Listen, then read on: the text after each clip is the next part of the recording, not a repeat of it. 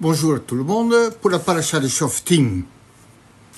Au milieu de la paracha, chapitre Yud Zayin, 17, Pasuk Chet, 8.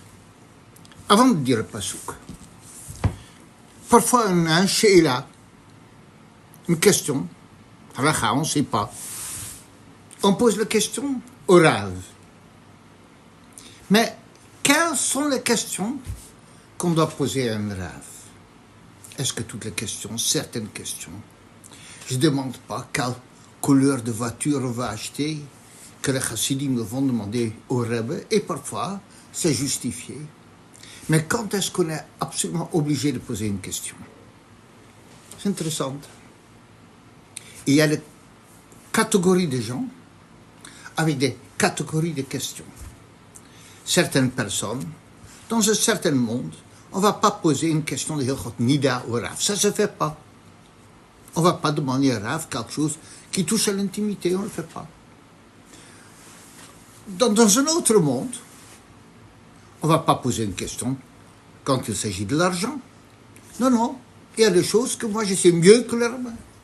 Et on avait dit la semaine, j'estime que on avait entendu ce discours. Et ainsi, il y a encore des questions sur ma propre personne qu'on ne va pas demander au Rav. Du moins, certaines catégories. Alors, chacun a certaines questions qu'il va poser et d'autres questions qu'il ne va pas poser. Alors, maintenant, on va lire le pasuk. Ki yipalei mimecha davar. Lorsqu'il reste caché, pelé. Et tu t'étonnes, tu ne sais pas la réponse. D'abord, une chose. Le mishpat concernant la halakha.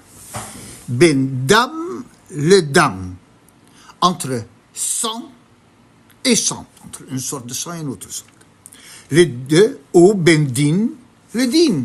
Ou qu'il soit entre un din, un halakha, et un autre din. Ou ben nega, le nega. Ou entre une plaie et une autre plaie. Divre rivot bisharecha. Des choses qui entraînent une discussion, un débat, une divergence d'opinion, bish arecha. Donc, tu ne le sais pas, comme ta valita, il m'a comme alors, tu iras au Sanhedrin Gadol, à Yerushalayim, le grand tribunal, pour avoir la réponse ultime.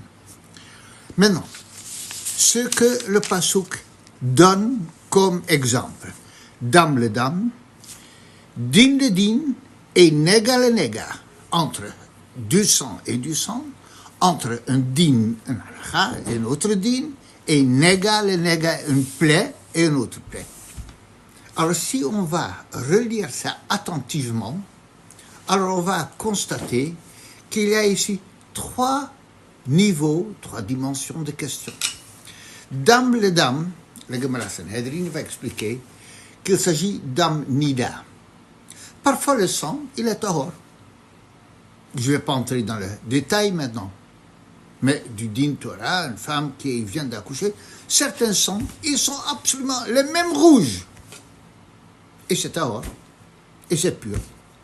D'autres sangs, chayaf karet, une sanction majeure.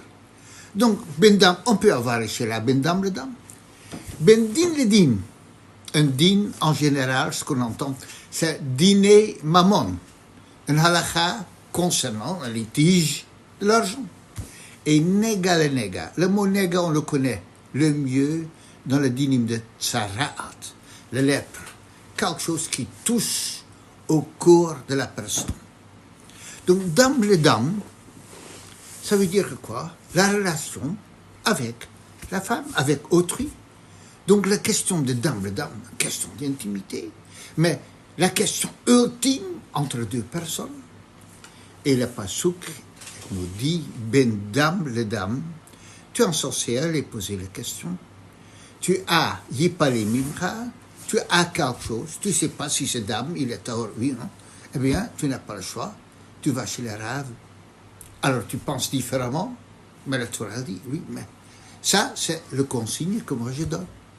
Ben din le din, ça c'est d'un dîner mammon. Ça c'est dans la halachot de l'argent. C'est tout à fait un autre domaine. c'est pas la personne qui est en question. C'est le bien et benega le nega. C'est entre moi et moi-même. Après, donc, quelle que soit la question, la Torah, elle stipule qu'on est censé d'aller chez le Rav ou au Bédine de poser la question. Shabbat Shalom.